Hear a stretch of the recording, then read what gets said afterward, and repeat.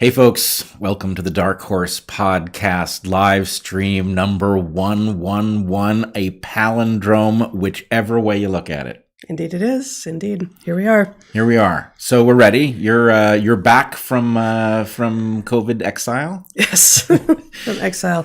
Yes, that little bit of theater last week is over. I still have a little stuff in my throat. You guys will be noticing that, but we're good.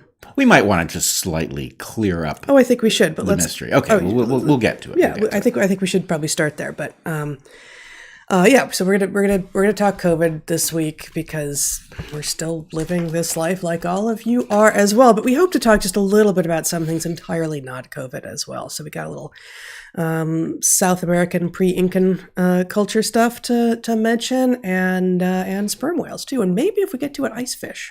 Icefish? Did I get that right? Icefish. I think it's icefish. I didn't know you were headed to icefish. No, you didn't. Icefish. Icefish. Maybe. That will give me an excuse to talk about my ice fishing gloves. Will it? Yes.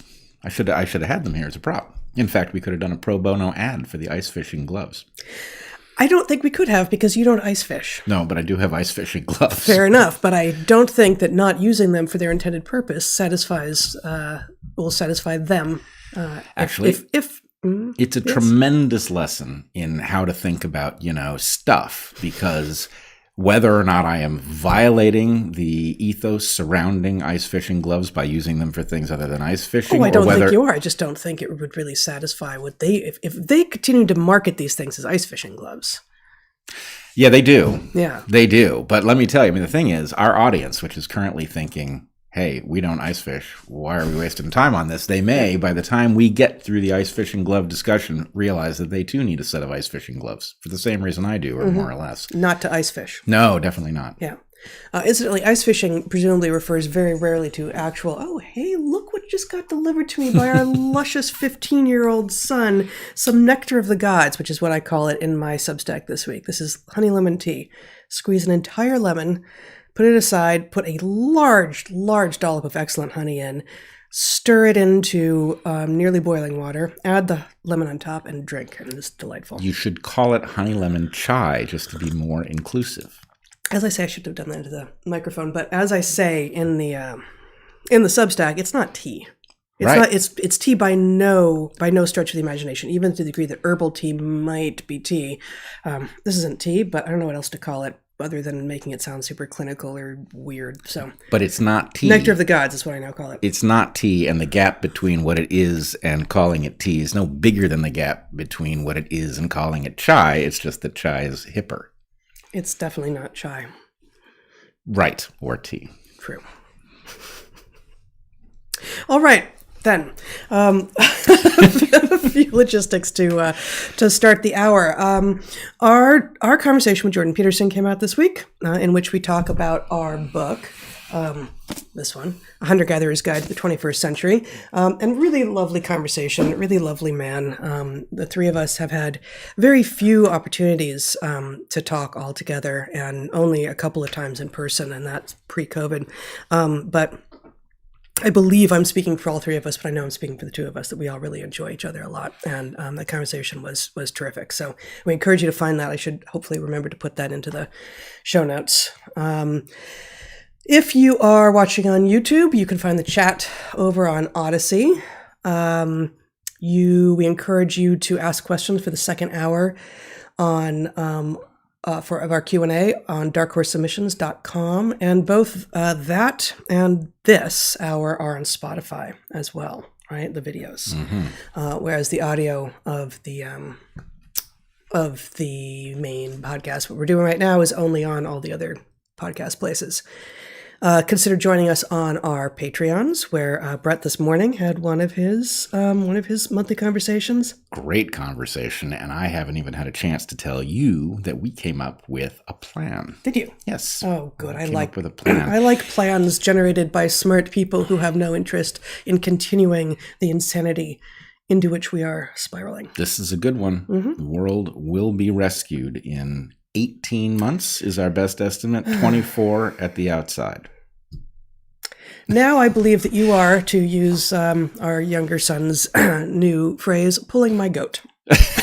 No. I'm not quite sure what pulling your goat would mean, but no, we did actually come up with a plan, but it is a very secret, apparently. It's a very hunter-gatherer's guide style plan, where the idea is not that we have a plan for not a blueprint. saving the world. It's not a blueprint. It's a trajectory. Let's get us to that foothill. Yeah. So anyway, I'm kind of excited about it. It's a very good conversation. Share it with me at some point? Oh, of course. Absolutely. I mean, you're central to it. Oh, boy. I mean, you're taking all the risk. I think you ought to know what it is. Okay. Yeah. No, it's good. We did have a great discussion, and it did arrive at something like a plan that I'm pretty excited about, which DarkHorse listeners and viewers will be brought into if they are of such a mind. I'm sure that some of them are of such a mind. No doubt. All right. So yeah, Patreons, and we do a monthly private Q&A on my Patreon as well.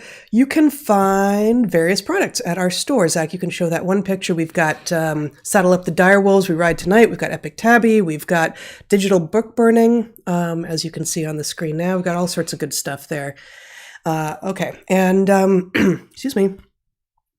And of course, my newsletter, Natural Selections, at naturalselections.substack.com, continues to have been about COVID-y stuff this last week, about, I called it the Omicron Diaries. And in it, I did post or actually link to the recipe for the brisket that I mentioned last week, so you can find that there. And a lot of people were interested in the very oniony quercetin full brisket. I had a lot of contacts too, also looking for the recipe. Yeah. I think we discovered that this really was not what your grandma Sophie made. It's a different recipe, but closely related. Well, I'll let you and your mother fight it. Say something else. Yeah. Well, all right. Probably she knows better since, I was 5. But she did not. I did not tell her anything about you having anything about the recipe. I just said, "Hey, what is it?" Bret thinks it's the same, and she then gave us some specifics about Sophie's recipe, and I was like, "Nope, not in any way similar." So really, well, I'm not sure how I got the misinformation.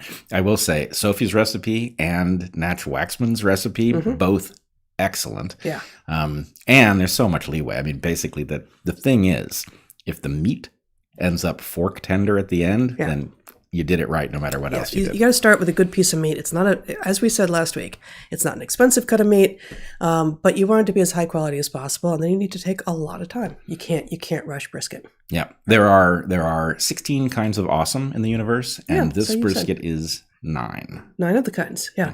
So this is a long-standing trope in our household that Bret, when the boys were very young, started to invoke the 16 kinds of awesome and would announce that various experiences we were having were 3 kinds of awesome, occasionally as high as 9. That's a lot. 9 is high. Interesting, though, that he has never to this day named any of the 16 kinds of awesome, thus protecting himself from future litigation, I expect. Just not to you. Oh, right, and I kept it from the lawyers on all sides, because I don't want our lawyers abandoning us. I don't want other people's lawyers coming after us. So, but there are 16, and this recipe, if you do it right, is 9. If you do it wrong, it could be 2 or 3. But it'll still sustain you.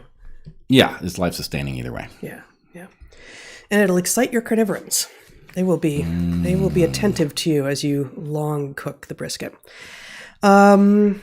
What else? Oh, this upcoming week on Substack on Natural Selections, I'm hopefully, if I get to it, going to be writing a bit about the different kinds of competition that men and women engage in, because I just had a piece that I wrote back in April of last year, published in the Archives of Sexual Behavior, an invited commentary to another published piece.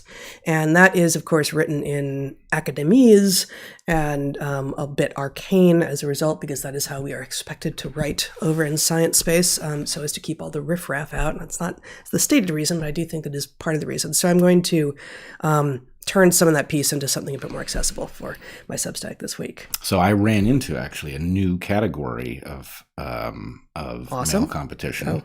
I don't know if you have run into this, but it's hypoallergenic masculinity. I think it's going to be good. It's at least fairly safe. Well, I was going to say, it almost sounds like the opposite of toxic masculinity. Yeah, well, it's not quite the opposite, but yeah, it's definitely at the other end of the... Amazing that with that Venn diagram, the intersection of the two groups of hypoallergenic masculinity and toxic masculinity is existent. Right. I mean, Yeah, it is. yeah, I think you can't go wrong with it. That's my guess. That's good. Okay, we have 3 sponsors this week, for which, again, we are grateful for our sponsors very, very much. And here we go. Our first sponsor this week is brand new to us and brand new to our doggy as well. Our first sponsor is Sundays. Sundays is dry dog food. When they approached us about being a sponsor, I was dubious. We have a Labrador. Labs will basically eat anything. What possible difference was she going to show an interest between her usual kibble, a widely available high-end brand, and Sundays? I was wrong.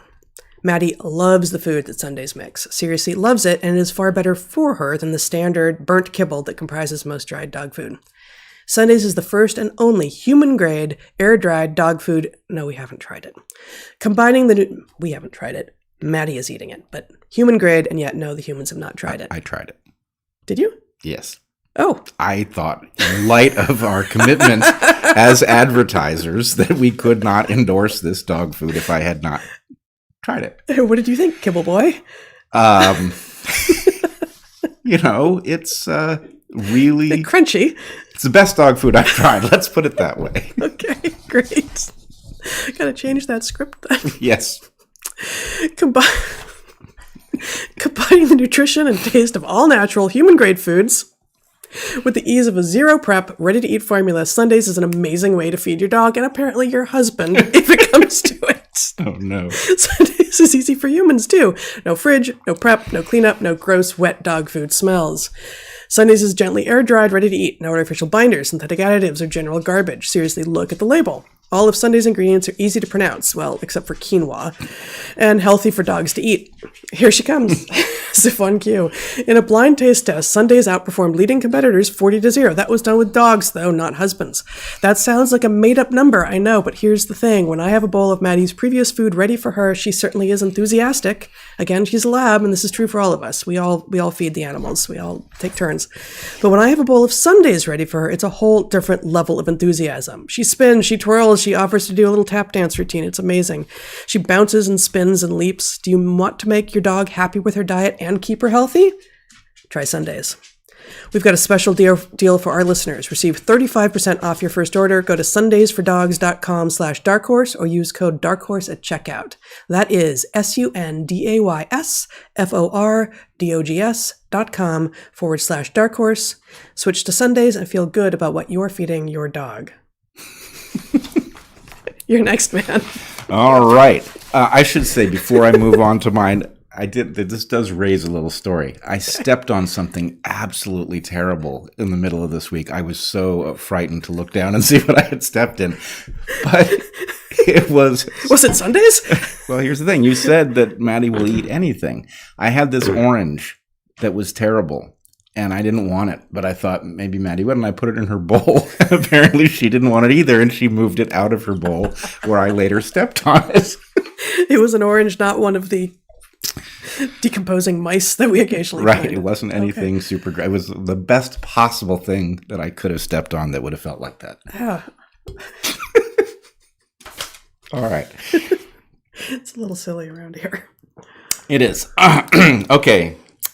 Glasses. I swear we're not high. It's true. Yeah. You haven't even taken Sudafed, which you could totally justify given how you're feeling. Sudafed. I haven't had a drink in, I don't know, a week and a half. I had nothing. Yeah. I also have not had Sudafed. Okay. Second sponsor is Relief Band. Relief Band is a product that can help you with nausea. First, though, a little about nausea. Under ancient circumstances, and some modern ones, nausea was generally a useful signal that something was off. You had eaten something you shouldn't have, for example. Itself a signal that you should not get near something. In modernity, we still need to track our body sensitivities. We should not always choose to simply erase discomfort like nausea whenever we feel it. That said, some of modernity creates nausea that does no good at all. Travel sickness, for instance, can be agonizing, and relief would be lovely. Travel sickness is basically your mind registering the jostling of your head as an indication that you may have eaten something poisonous, which you didn't. So it's a useless signal. Enter Relief Band. Relief Band is an anti-nausea wristband that has been clinically proven to relieve and prevent nausea associated with motion sickness, anxiety, migraines, chemotherapy, and more. Relief Band is 100% drug-free and can be used for as long as you need it. Developed over 20 years ago, it is the only over-the-counter wearable device that has been used in hospitals and oncology clinics to treat nausea and vomiting. There are 0 side effects. Now there's Relief Band Sport, which is waterproof, features interchangeable bands, and has extended battery life. We asked a friend to try it out. Here's her testimonial. I used to have nausea on a nearly daily basis from both anxiety and the need to take regular medication. Relief Band relieves my nausea in less than 3 minutes without the side effects I was experiencing from anti-nausea medication. It has entirely changed my life for the better. So if you've got nausea from anxiety, or car or seasickness, or something else you cannot otherwise disable, consider Relief Band. Relief Band makes a great gift any time of year. Right now, they've got an exclusive offer just for DarkHorse listeners. Go to reliefband.com and use the promo code DarkHorse to receive 20% off plus free shipping and a no questions asked 30-day money-back guarantee. That's reliefband.com, reliefband.com, and use the promo code DarkHorse for 20% off plus free shipping. Okay, and our final sponsor today is Public Goods. Public Goods was one of our very first sponsors 8 months ago. Last time we talked about Public Goods, I had a typo in the script that Bret read and suggested that we've been doing ads for a year and 7 months at that point. But no, it's only 8 months ago. And we are as pleased with them now as when we first tried their products. Public Goods can simplify your life as a one-stop shop for everyday essentials. Their ingredients are carefully sourced, high quality, and affordable. Public Goods has coffee and tea, grains and oils like olive and avocado. They've got Castile soap and trash bags and essential oils. They have spices and extracts like vanilla and almond, vinegars and pastas, dishware and glassware. There is so much at Public Goods to make a meal, including the materials to serve it on. Public Goods products have great design, too. The aesthetic is simple and clean, and there are no garish colors. Public Goods cares about health and sustainability. Their products are largely free of harmful ingredients and additives, and the ingredients are ethically sourced. Finally, their subscription service is efficient and simple and easy to use. Public Goods members can buy all of their premium essentials in one place. It really is an everything store. For Dark Horse listeners, we have the following offer. Receive $15 off your first Public Goods order with no minimum purchase. They are so confident that you will absolutely love their products and come back again and again that they are giving you $15 to spend on your first purchase. Go to publicgoods.com/darkhorse or use code DARKHORSE at checkout. That is publicgoods.com/darkhorse to receive $15 off your first order. You won't regret it. All right. So, did you want to start by talking a little bit about what we were doing last week? Yeah, I think that it just, so, sorry. Can I get one of those Kleenexes? Oh, why, certainly. Well, thank you. We've gotten very formal around here. I never thought I was going to end up in front of a camera as an adult, much less having to, ask for a Kleenex for a drippy nose. But anyway, here we are. It's 2022. There's a lot you didn't expect. There's a lot I didn't expect. So much that I did not expect. Yeah. So yes, I got a lot of feedback on last week's episode, and some of it revealed a misunderstanding that people seem to have about what we were doing that I thought was important to address, because people had every right to be confused by a message that seemed to be self-contradictory. On the one hand, we said that we do not believe in the guidelines about what one should do with respect to COVID, especially in light of Omicron. The advice seems preposterous, and it doesn't seem like anybody has considered what our actual well-being would dictate in the circumstances. And so you and I made that very clear. We made that very explicit. On the other hand, you were quarantining in a different room, and people were like, well, what's the deal? Why are you abiding by mandates that you don't believe in? And I do not want to fully solve the riddle, but I do want to... And I addressed this also in my Substack this last week. Yes, you did. And it is well worth reading. And there's lots of other stuff that you can glean from your last Substack about, how you dealt with it and what your experience was. And it's well worth reading. But I did want to point out, without fully solving the riddle, we are stuck in a bind, right? We have 2 children in 2 different schools. Both of those schools have rampant infections, as does everywhere else. This is a highly infectious variant, and it is ripping through these schools.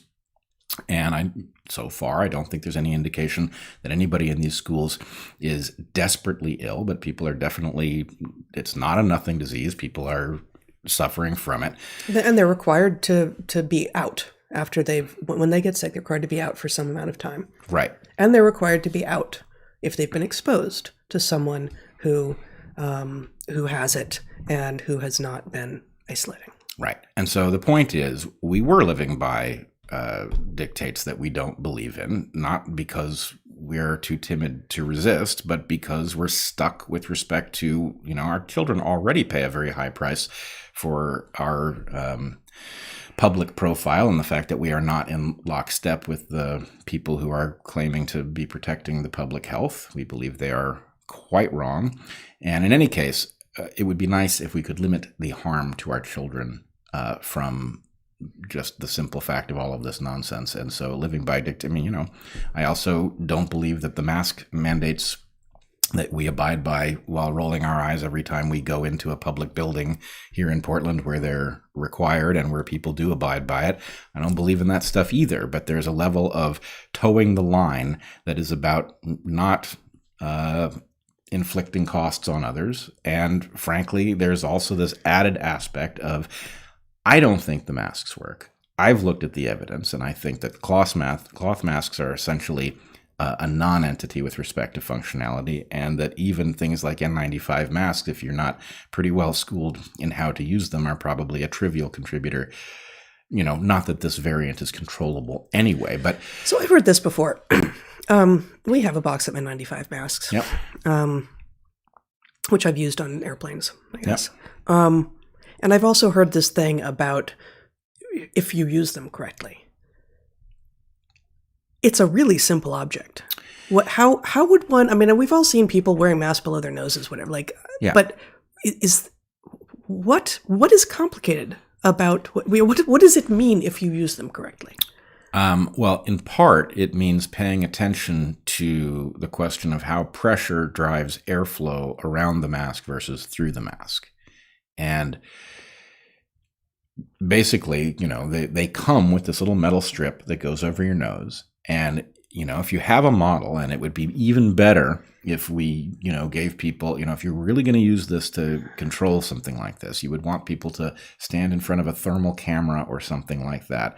Or, you could do it with a cold day, where you're breathing out hot vapor, and so you can see your breath. And get used to, figuring out how to get the mask to fit. So the majority of what is happening is going through the mask. That's the basic idea.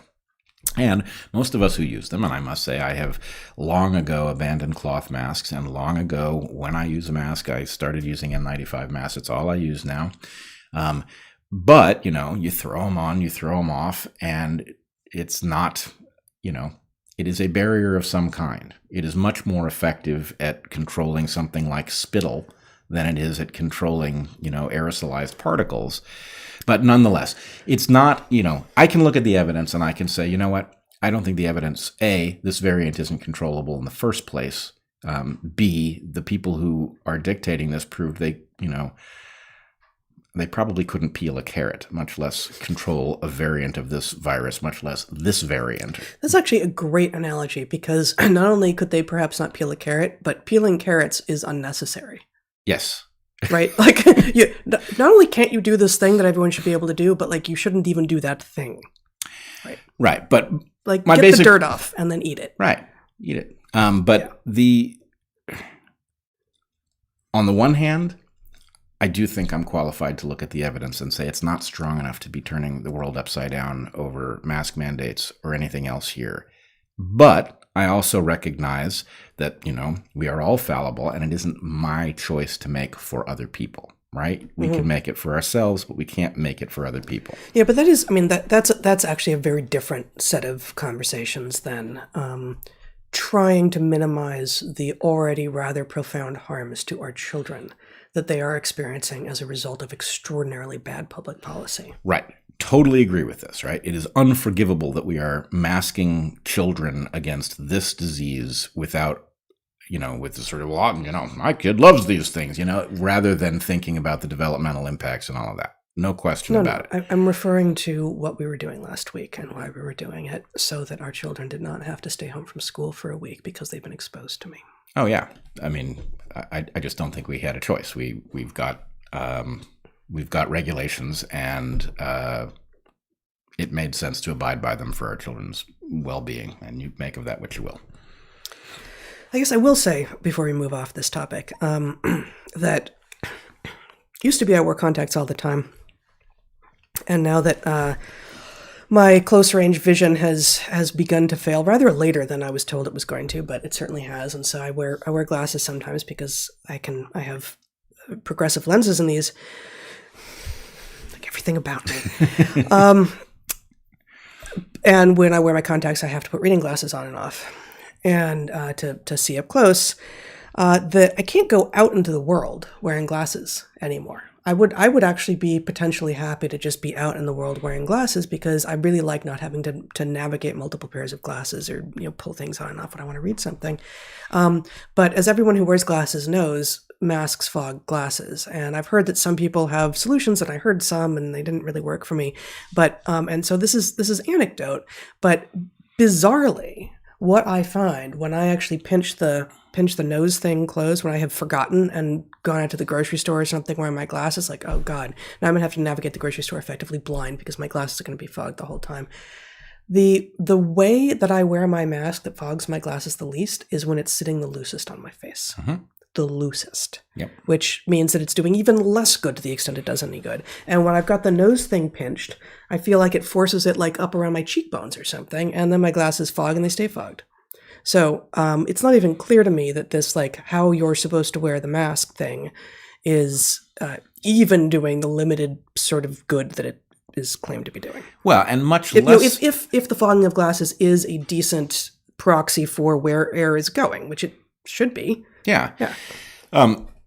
Even worse, one of the things that I think is so absurd about these mandates, we're having kids wear masks all day at school. I mean, every time I bike with Toby to school and I watch the kids going to and from wherever they're coming from wearing their masks like it's nothing. They're kids. But you bike with him to school without wearing masks? You're not masked? No, we're not masked biking to school. And you claim to love him. Yes, I do.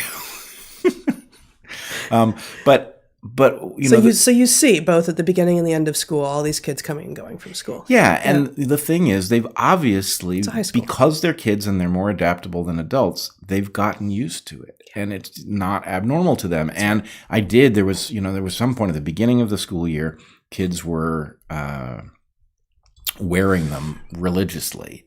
And then there was like a week or two where I started to see a certain amount of rebellion against them. These are kids out of school, right? In the outside world where I don't even think these mandates apply to them. And, there were kids like not really wearing them or wearing it around one ear or whatever they were doing. But then they sort of seemed to go back to it. I don't know if it was one of these waves of fear that was inflicted on them about new variants or what it might be.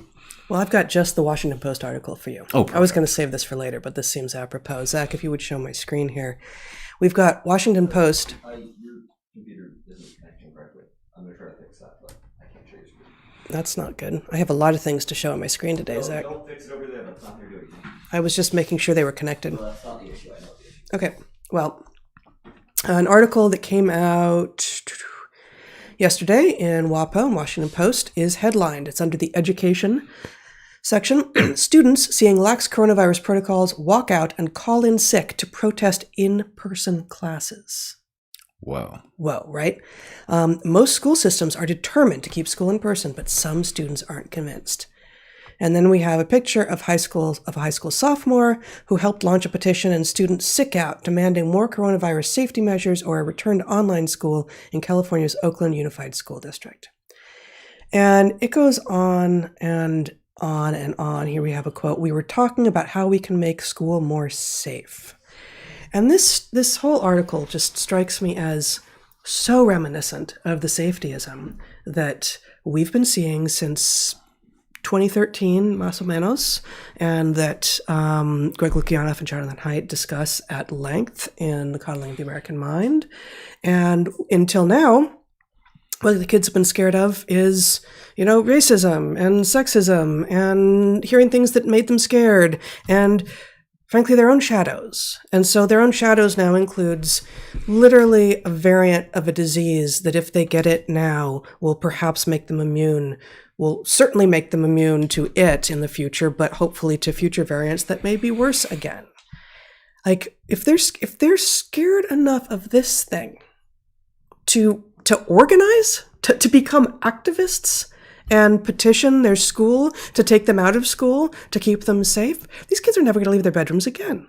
Like, and this was what we were seeing. And this was like a large part of what a lot of people were objecting to and worried about this generation, about both millennials and Gen Z, of being scared of their own shadow and being unable to take risks and unwilling and not being able to see the world as it is and embrace serendipity. But this article, frankly, is a perfect indicator that the sort of safetyism and the like preformed activism, I know what to do, I'll be an activist, have just slotted right in to COVID measures. Yeah, it's more than an analogy, right? It is. It's much more than an analogy. Another version. It is a variant of the same mental disorder that underlied the woke safetyism. Mm-hmm. And I would also point out there are lots of other parallels too, right? So it'd be interesting to know what actually the kids are rebelling against.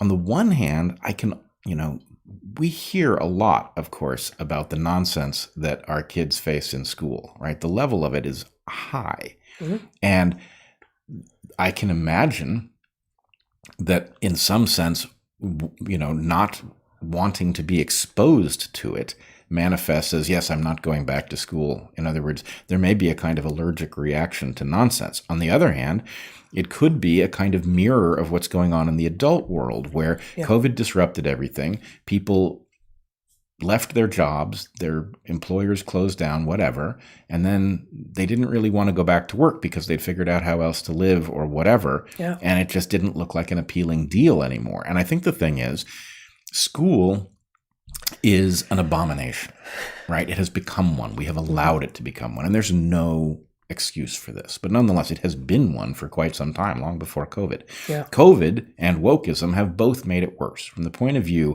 of going in and getting your mind upgraded, it's like you're constantly fighting the malware installation that is being infused into every class. Right. And, as I've said elsewhere, I sort of feel that the weird connection between so-called learning disabilities and intelligence isn't really about the learning disabilities at all. It's about the fact that they disrupt a normal learning process, which when it's bad, being disrupted is actually positive. That's right. And so, I wouldn't rush to judge a rebellion against going back to school, although the idea of going back to school because COVID is making it unsafe is obviously preposterous. Yeah. Right? I mean, we just have, you can do this in isolation. Well, there's a dangerous disease circulating, don't you know? Well, yes, I do, but there's always a dangerous disease circulating, and this one's less dangerous to kids than others that we constantly expose them to. Yeah. Yeah, I mean, how do we, hopefully, I hear what you're saying about hoping that the activism against in-person school is actually activism against school that's become so toxic that it's actually harming and miseducating, and shall we invoke diseducating? Shall we coin that term? Diseducating rather than educating. Clearly from this article, that's not what at least these little activists are doing. This is safetyism Rona edition, and it's appalling. And the fact that we're encouraging it, the fact that activism itself is seen as an honorable educational goal by many, and we saw this at Evergreen. There were long before Evergreen blew up, we saw certain faculty basically encouraging activism as the thing that they were teaching students. In fact, credit was given for it sometimes, and during the meltdown, there was all sorts of overt talk about how they should be getting credit for turning the college upside down and not be penalized for not doing the work that they were supposed to be doing. Right. And, it's not a sane moment. It's Right. just not a sane moment at all. Well, that's where you're wrong. No, you're right. Do we want to move into showing that the brief video from? You know it. So this is set up. I'm not actually positive that. I know the backstory. You sent this to me, and we're gonna have Zach show it in a minute. Hold on, just a second, Zach. It's Walensky. It's Rochelle Walensky, the head of the CDC, the director of the CDC, and Tony Fauci, the head of the NIAID. Everyone knows who Fauci is at this point. Testifying before Congress. I'm just trying to remember when. It was this week, but I don't know exactly what day. Top health officials testify on Omicron response. They were called to Congress to testify, and here is some of what they said. Possibly can. Dr. Walensky, it's been reported by some virologists So and Zachary. scientists that this year around 170 people have died from taking the regular flu vaccine. The Vaccine Advisory Adverse Reporting System reported that the number of people dying after or following the COVID vaccine is actually in the thousands. Now, this is what I'm hearing. I'll give you a chance to refute that or confirm it here. Is this true? Are we having that many people die after taking one of these vaccines? Senator Tuberville, thank you for that question. The Vaccine Adverse Event Reporting System is a mandatory system of any adverse event that happens after being vaccinated. So if you get hit by a car, tragically, after getting vaccinated, that gets reported in the Vaccine Adverse Reporting System, the VAERS system. So the vaccines are incredibly safe. They protect us against Omicron. They protect us against Delta. They protect us against COVID. They don't protect us against every other form of mortality out there. Do we keep numbers of people that died following taking a COVID test from taking this vaccine? Do we have any idea? I'm just asking. I'm sorry, those who have died after taking a Died COVID following test? taking the vaccine. Is there any number count? Do we keep records on that died of just from... Absolutely, yes. I couldn't give you the absolute number off the top of my head, but our staff could absolutely get back in touch with you. We collect those data. You know, Dr. Fauci? You have any clue on that? About how many died after? 100? I don't know the number, but I think it's really important for people. You can turn on your Microphone.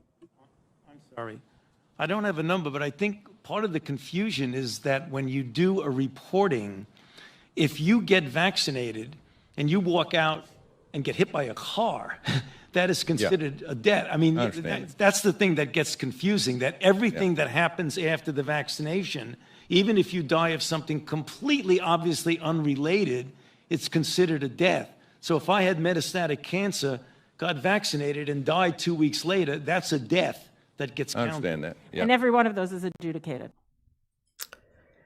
So, Walensky, so just a reminder, foolishly, we can't hear that while it's playing, but we both listened to it a few times. Walensky says, quote, "So if you get hit by a car tragically after getting vaccinated, that gets reported." Okay, even if that's true for all of VAERS. That's not different for these vaccines. What is being revealed in VAERS at the moment is that after COVID vaccines, adverse event reports spike. The objection that both Walensky and Fauci make, as if they know they're speaking to completely innumerate and people who cannot possibly follow logic, is that because you might get hit by a car after you're vaccinated, of course you're going to see deaths. That is just as much true after every single vaccine that has ever been given, and that does not explain the spikes. Yes, it's also not true. And we have to separate these two. These are two different objections to these claims that are being made. Right. And the fact that both Walensky and Fauci say the same thing, they are knowingly lying to Congress. Yeah. Now, presumably they're not under oath. Maybe that would give them pause if they were.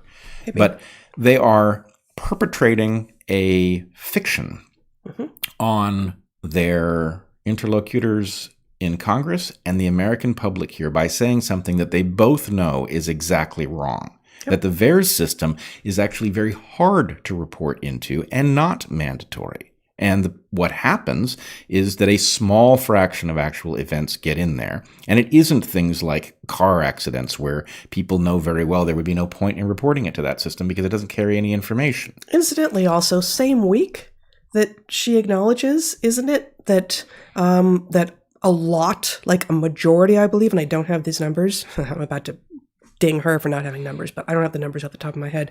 I believe this the same week that Walensky said, well, yeah, actually, a whole bunch of the COVID hospitalizations are actually hospitalizations for something else, and then they were tested, and then it turns out they also had COVID. Right. So just so that people can track this, the CDC does make this error in the other direction when they are trying to convince us that mandates are necessary to control COVID. There are all kinds of shenanigans, including involving counting people who are hospitalized with after something like a car accident if they happen to test positive for COVID, whether or not they have any symptoms. So that's a game that we have seen played over, at least a year. Right? In order to amp up the COVID numbers, they do count all kinds of nonsense that obviously doesn't belong there.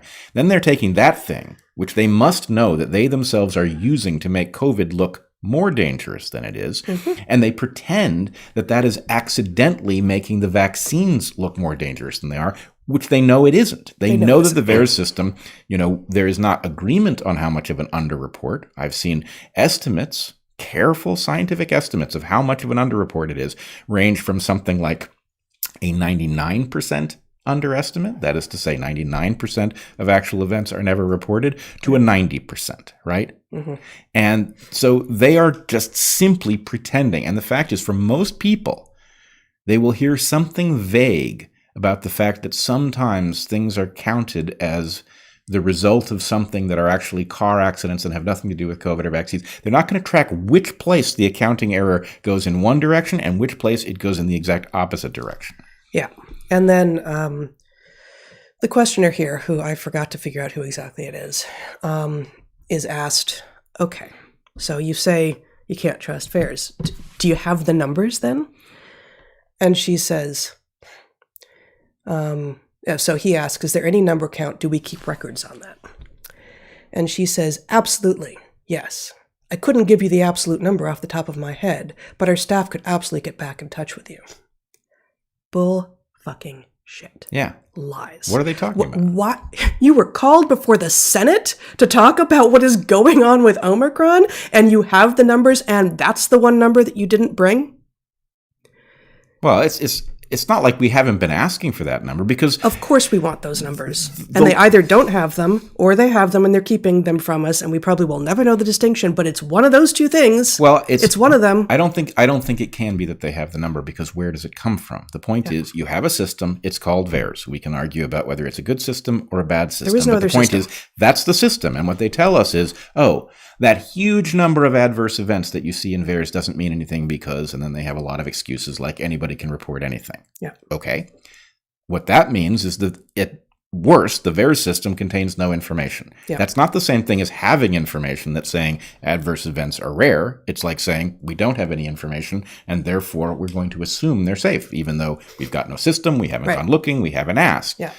Yeah. So it's, I guess the thing is, it is stunning how much theater there is in this kind of testimony. I was actually, what I was thinking was that Fauci he's cosplaying the hero again. It's like, fake it till you make it, man. And, we all, the whole country was told that he was our hero back in, I don't know, April of 2020, I guess. And it's amazing how many people not only bought it then, but still are buying it. Well, he is very charming. Excuse me. I snorted into the microphone. That snort was non-editorial, though I think you would be entitled to snort editorially if you felt like it.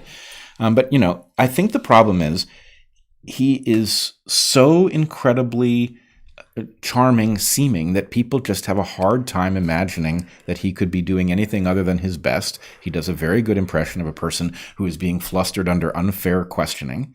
And it's preposterous. And the problem is, Oh, did I forget to turn on my mic? Oh, and simultaneously rip off my mask. yeah, no, I must say, even that thing, you can't establish anything, but there is something weird about the fact that he was talking into a mic that was off while leaving his mask on, when his policy is clearly to take the mask off when he wants to be heard. But So there's no way for us to know what it was he was saying. Can't lip read. in any case, he's let's put it this way: the human part of me sees him and does feel like he seems like a nice, slightly dweeby scientist under rotten conditions, right? There's some part of me that can't help but feel sympathy. And then I hear what he says, and I know that he has to know that what he's saying is false, that it can't be a noble lie because of what it results in, the kind of harm. And it's breathtaking. Yeah. Well, I don't. That's interesting. I think that may reveal that you're a better person than I am. But I cannot. You know, when you say things about him like charming and handsome, I think, what are you talking about? Like, I can't see any of that in him. Well, I think it's.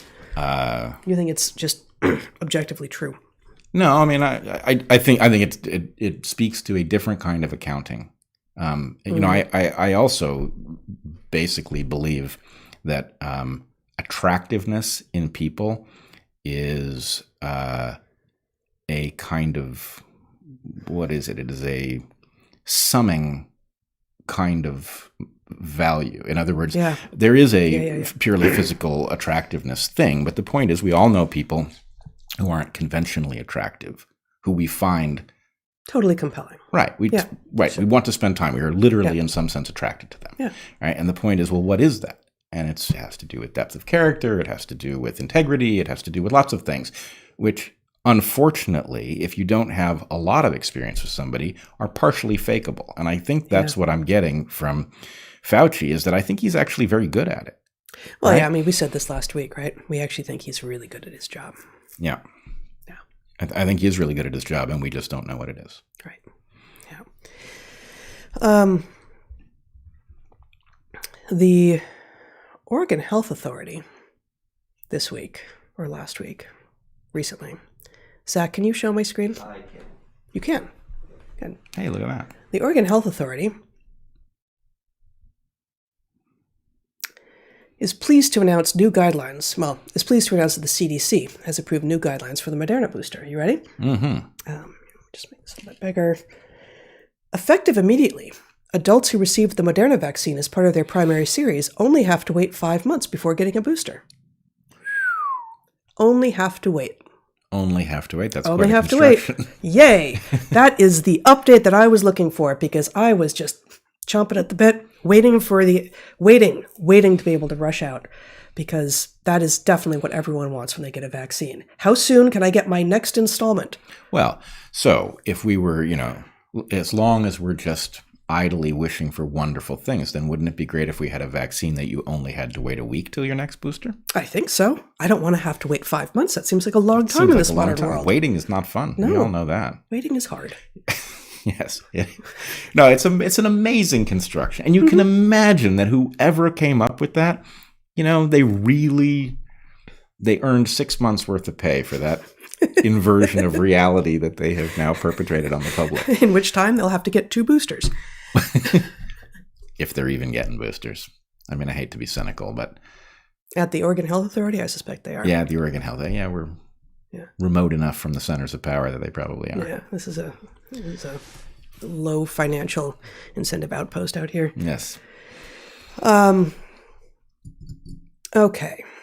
Let's see. Oh, I forgot. When we were talking about that incredible testimony from Walensky and Fauci, I wanted to point out this piece written by a friend of ours, Jumi Kim, in her Substack, Let's Be Clear, which is called I Was Deceived About COVID Vaccine Safety.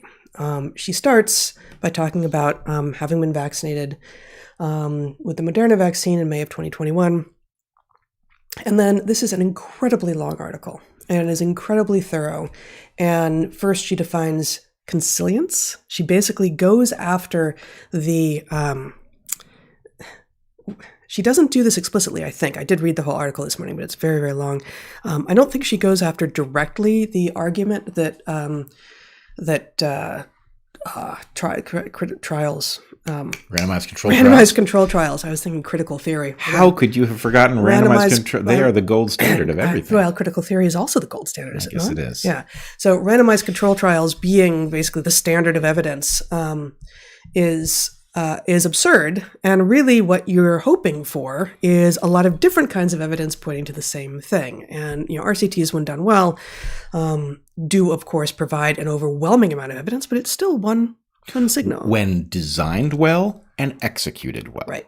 And what they do... done, there's a lot hiding in done there. Right. But what they do, what randomized controlled trials do, the reason that there is even a basis for a claim that they are the gold standard is that they are very good at isolating weak effects and making them visible, right? By controlling for all the other things that might lead you, might mislead you in this direction, right? But I would also point out that this is a classic variant on the idea that science is the strongest method we have for figuring out what is true, but it is also a fragile method. It is vulnerable to things like market forces. It is not robust to them.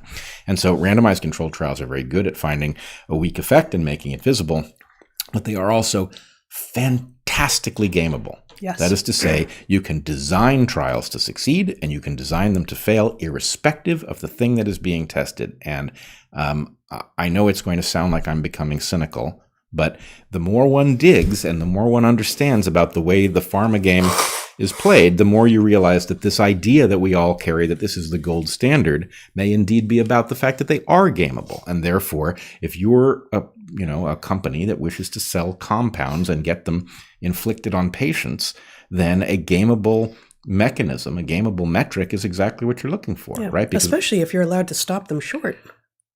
Well, right. The point is, look, we don't like it this way. We think that medicine is science and medicine should be scientific. But the point is the idea that this compound is effective at limiting the harm of this disease. That is a narrative. And the point is that narrative is founded on what we think of as evidence. But if you have a gameable kind of evidence, then the point is, I can link this compound, which I just so happen to have intellectual property rights to this disease, which I might broaden the definition of so that more people appear to have it. And then, a lot of this substance is going to end up in a lot of those people and a lot of cash is going to flow in this other direction. And the point is, who amongst us really doesn't think that those kinds of incentives and opportunities are on the mind of these corporations who do this?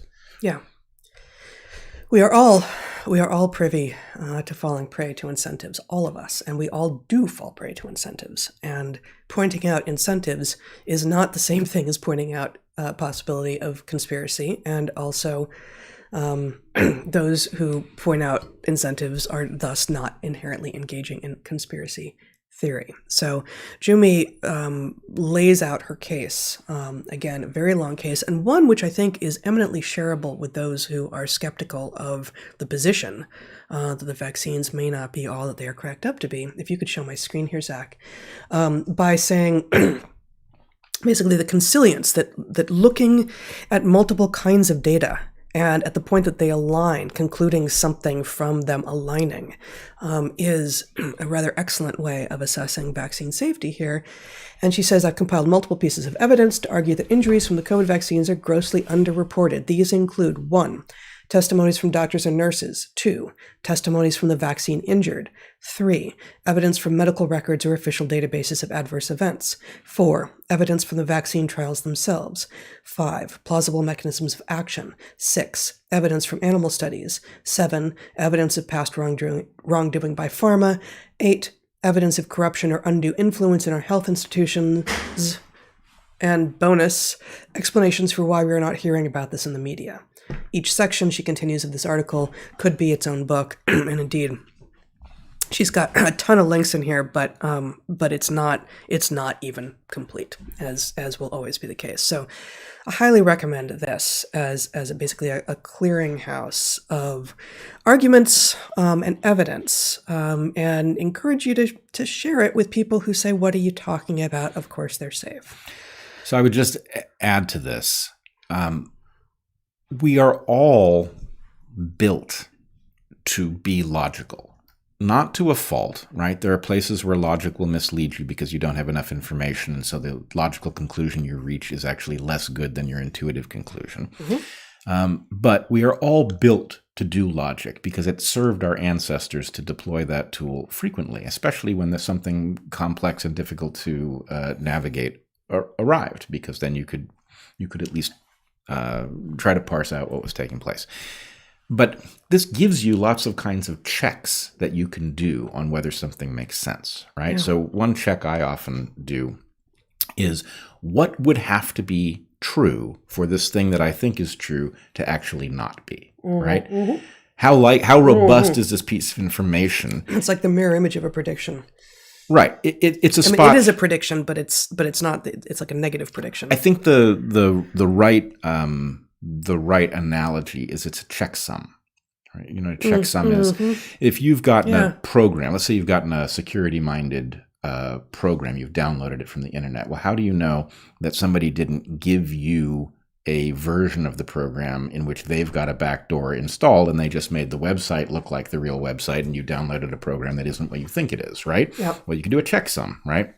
Which takes some set of things from within the program that the originator of the program built, that if anybody modified it, wouldn't add to the same number, right? And so the point is, you can say, well, I don't know why the thing I downloaded doesn't match the thing that the manufacturer is distributing, but I know I don't want to use it because the checksum didn't match. So anyway, there are lots of things you can check that way, and this is just kind of a checksum on. Isn't that a little bit of a modern day shibboleth? It's like a technical. Yeah, it's a numerological, which is wrong because numerology is a weird something, but it's like it's a numeric. It's a numeric shibboleth. Yeah, and actually, sorts. this is no. I think this is really good because actually, what it is so for those of you who don't know, shibboleth is a biblical term, and shibboleth is a shibboleth. Shibboleth is a term that you could pronounce various different ways, but you could recognize people who really were part of your group because they would pronounce it the same way.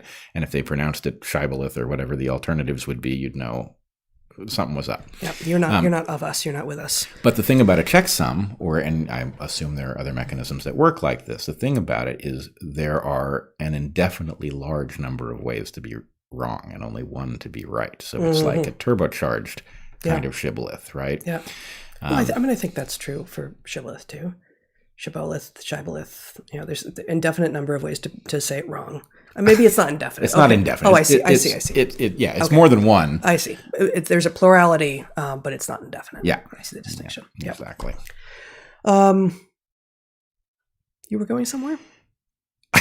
I'm already here. I've been here since the beginning of the podcast. Weren't you going somewhere? Oh, wasn't I going somewhere? Well, I guess what I was going to say is there are lots of ways that you can kind of look at a body of evidence and say, does this look like something somebody might have constructed for my benefit so I would reach a wrong conclusion? Or does this look like the way evidence actually works in the world, where even if I come at it different ways, I come to the same place because it's actually true? Yeah. Right? Yeah. And that's so powerful, right? If I think I know something, and then I'm working on some other problem, and it leads me right back to the same deep truth. It's like, oh, well, now I have two reasons to believe it, not one. Something's just canceled. Yeah, right, exactly. So it's just a kind of. And isn't that's just so rewarding? It's just like that's one of the reasons to do it, right? To do this kind of work is to end up with things canceling and to be returned back and go, oh, okay. This does fit. Absolutely. It fits after all. Absolutely. And it's a different kind of reward to be like, it doesn't fit. These are different things. There's an error somewhere. I don't know where it is yet. But both of those have reward. But so we were headed to the Hereticon conference in Miami. We didn't get to go because of our encounter with COVID. But nonetheless, one of the things I wanted to do at Hereticon, which was going to involve a whole audience full of very smart people, most of whom would not have been deeply steeped in how to think about COVID or vaccine safety or early treatment or anything. The thing I was going to say to them, which I should probably write up or something, was you in the public, I believe, are subject to an anamorphic illusion. Anamorphic illusions are, you've all seen them, you just don't know the word probably, like those chalk drawings on sidewalks that look like a giant chasm has opened up in the sidewalk. It's extremely compelling. It's very hard to convince your mind you're not looking into a giant chasm. But what you may or may not realize is that it looks like that from exactly one location, right? And so the exchange that the artist has made is that from this vantage point, I can make a very compelling rendering of something with a lot of 3D content. You can look at it from any other direction, and then you get some weirdly distorted thing that doesn't. It makes no sense. It's Doesn't incoherent. add up, Yeah. right? It's incoherent. It's at least stretched, and it doesn't look like a 3D thing. It looks like a crazy thing. Yeah. And my point to the audience was going to be: you are the subject of an anamorphic illusion surrounding public health. And the only reason that that's working is because you're standing where they expect you. Yeah. And the point Just change is, your vantage point for just a little. right, if you step 3 feet to your right, 3 feet to your left, you'll begin to see what we're talking about. If you continue to stand there, we're going to sound crazy. Right? So, in any case, I think what Jumi is up to here is a very good indication of, look, I believe something that, yes, you will be told the public health officials have ruled out long ago. Right. But doesn't it look like a real object? Because it doesn't, Look at all of these kinds of evidence. right. I might be able to show you something, a picture of a rock, and tell you all about it. Yeah. And somebody might challenge that it's not what I say it is, but it's different than being able to hand you a rock and you can look at it from any angle you like. And But my doctor said that he saw, it's one doctor. Okay, but 10 doctors said that they saw. Yeah, but it's just doctors. Okay, but these people said that they were injured. Okay, but it's still just people talking. Oh, well, we got medical records and VAERS. Oh, well, but VAERS is flawed. We got the vaccine trials themselves. Oh, what? I don't know what I say about that. We got plausible mechanisms of action, animal studies, past wrongdoing by pharma, evidence of corruption. She's got so many. She's just laid it out so cleanly, all the different kinds of evidence that we've got. And it's still not complete. right. And so the point is, what would have to be true for the analysis that she presents to just simply be backwards, right? Right. All of these things would need a special explanation for what had gone wrong. And the point is, you can look at what she says and you can say, look, I don't have any ability to evaluate this kind of evidence. I know nothing about it. But then this other kind of evidence I can evaluate. Right. So maybe the one that I can't evaluate, she's wrong, but if she's not wrong about the one I can evaluate, why do they point in the same direction, right? Right. So it's that style of how do you think in a messy environment is kind of the thing, which is why you and I always say welcome to complex systems, right? Yeah. It requires a different style of thought. And no surprise. She's I actually don't know exactly her background, but she's trained as a biologist. Yep. Yeah. So actually, maybe this is a good moment to take a brief detour over to Peruvian subfossil skulls. Okay. I mean, right? I don't know anything I know about you were this. thinking that. I was not. You were not. Okay. I don't have any idea what's coming. All right. Forgive me if I'm disrupting a flow. No, we're good. We're good. Okay. Hey, Zach, do you want to put up that? Actually, I wanted to show some street art in DC, which is sort of a nice segue on from anamorphic art, although the street art is definitely not anamorphic. Not anamorphic. Actually, it's metaphorically anamorphic. We'll return to that. Okay, we're going to return to, because I got some more stuff to say about anamorphic art too. Hey, Zach, can you put up the tweet with the Peruvian? I did send you a tweet. Well, I don't have anything. Oh, it just came through. It just came through. All right. We've got it. It's happening. At the moment, while we're waiting, you can look at Fairfax, who is considering some skullduggery that he might. All right. So what we have here, our audience may want to know that there is a marvelous distinction between fossil and subfossil, where subfossil is the actual bones that have not been remade molecularly by geological processes. It's actual bone, whereas a fossil from, let's say, a Tyrannosaurus will be an actual fossil where what was once a bone will now be rock that in the shape of the bone. None of the original bone remains. Right. So what we have here... None, right? Yeah. None. Right. It's molecularly distinct from the surrounding rock, but not bone. Okay, what we have here is a subfossil prehistorical, and the distinction between history and prehistory. History is anything that exists after writing. so that there could be a first person within account. a culture. So Right. you actually have, prehistory in North America through, up into the second millennium, by this very strange. And I don't love these definitions. I really like this definition. But even in North America, right, with the Maya, you're at a different standard. I was separating North America from Mesoamerica, but yeah. So you've got one New World people who are using writing in Mesoamerica, the Maya, but no one else, as far as we know, was using writing. And so, they lived rich, diverse, amazing lives and had zero and astronomy and agriculture and all of these things, but without writing, they didn't record for later generations and later peoples to see what it was they were doing. And so we referred to what they were doing as prehistory. Prehistory. And I should point out, in the case of the Maya, we have precious little of what they actually did write because the Spaniards destroyed it, with the exception of, I think, a single manuscript and whatever was written on temples and things like this. Yep. So effectively, we've been bumped back to a level of evidence that we have with prehistory, even with the Maya for the most part. Right. But in any case, so here you have a subfossil skull from prehistory Peru.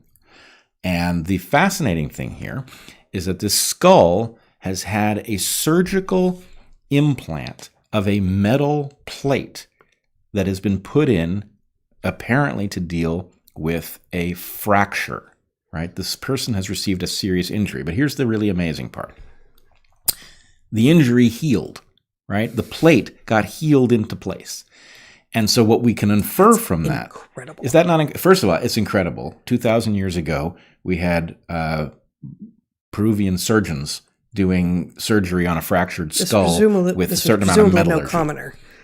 Right. But nonetheless. Or it was exactly a commoner. This was either wildly experimental, okay, this guy's going to die, let's see what we can do, or someone who was very important and they're like, do everything you possibly can. Right. I mean, I'm just guessing that this was not common practice. Yeah, I don't think it was. But here's the thing. Somebody knew enough to be able to do it. They used metal to make a plate to fit the location. And we know that it healed, which means the person survived it. Amazing. Right? So, in any case, the reason I raise it. Yeah, why do you raise it? Is it is a marvelous example. When I hear that randomized controlled trials are the gold standard of evidence. And I think, well, that's all well and good for you who can have them in some sense. But right. Sorry. They're fantastically expensive. Well, fantastically expensive. And us evolutionists, we don't have the luxury of this, right? The fact is there's a whole world of evidence outside of randomized controlled trials that we actually use and have made tremendous progress on very difficult puzzles, because even if it were the gold standard, the absence of it does not render you helpless. Well, but I mean, that's also, sorry, and I interrupted you by raising this at all, but evolutionary biology is an historical science. Yep. And historical science inherently plays by different rules, just like history, the actual study of history, plays by different rules than other things in the humanities, because history happens once, and there are not iterations. You do not have, your sample size is always one. Right. And so, you find convergence in which, wings evolved once in insects and once in birds and once in bats. And the wingedness of all of these things is interesting, and you can make adaptive arguments on the basis of those things having evolved multiple times, but they're not the same. Right. Like flight evolved multiple times, but the way that it evolved, the particular instantiations are different. Absolutely. But let's put it this way. People have all... So we can't do RCTs. It's not an option. That's my point. Yeah. You can't do them, and you're not, there are things you can't do well without them. Very weak effects that are historical may be lost to history, and you can't find evidence of them. But we can do a tremendous amount with evidence outside of randomized controlled trials. For example, well, that's just an anecdote.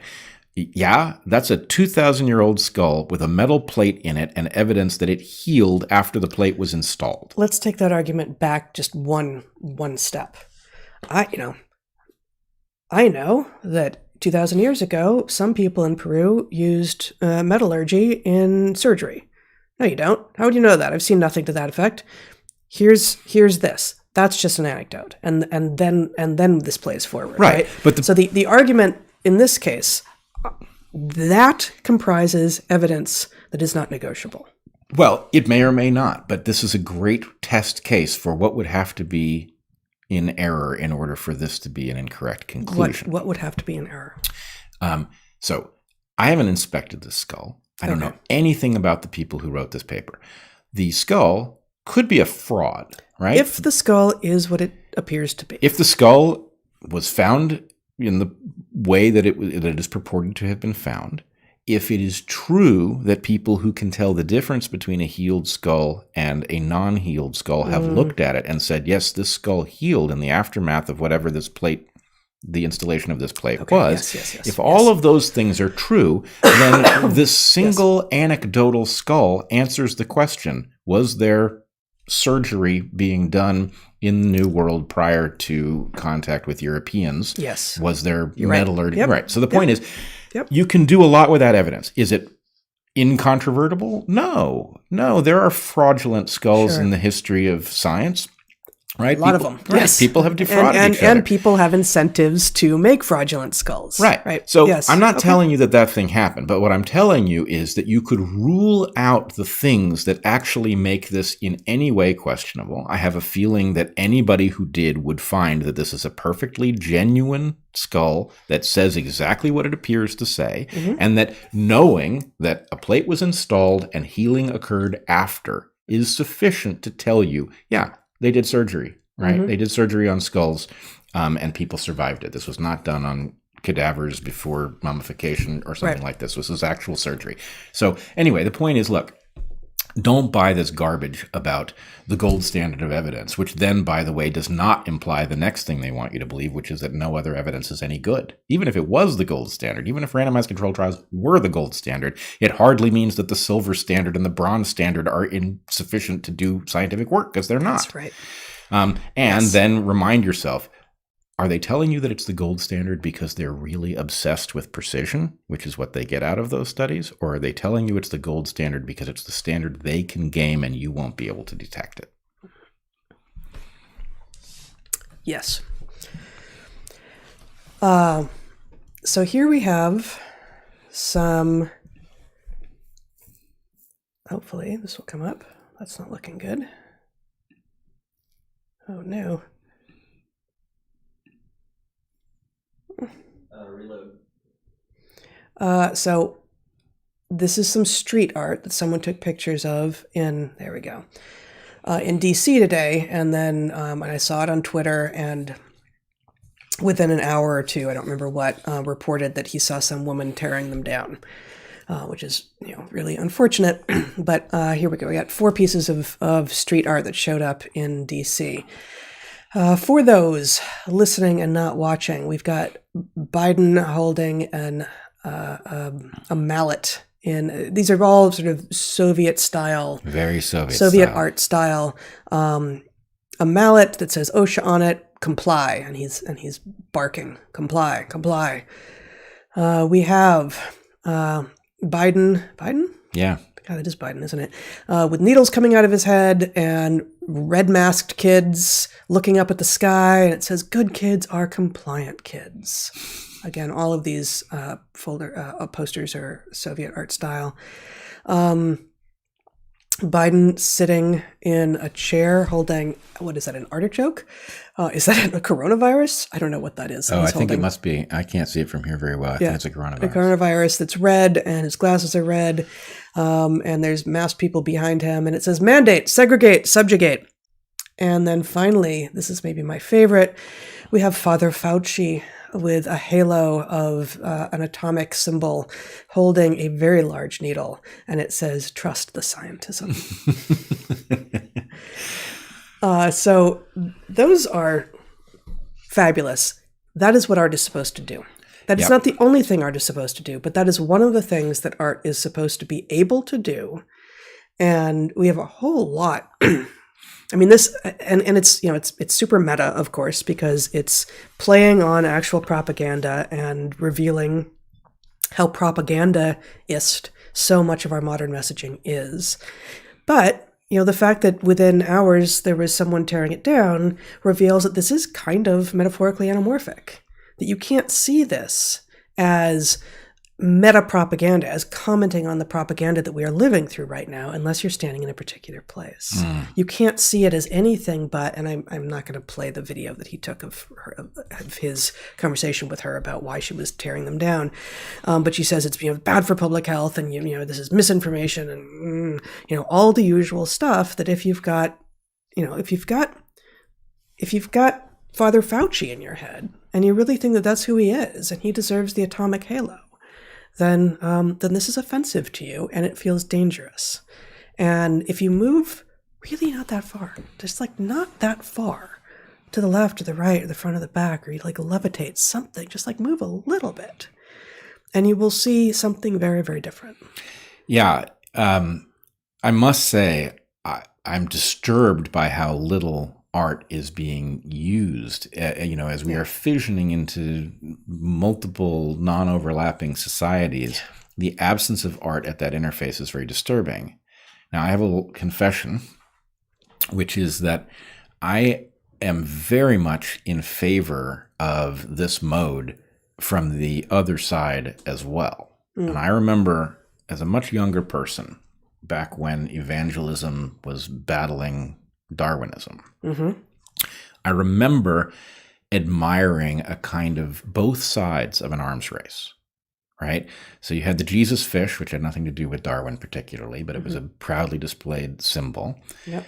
And then the Darwinists put out a Jesus fish that said, instead of saying of saying Jesus in Greek, it said Darwin, and the fish had legs, right? Poking fun at the creationists. And then the creationists came back with a symbol where it was the Jesus fish eating the Darwin fish. Right. And I thought, I like both sides of this. I understand we're having an argument.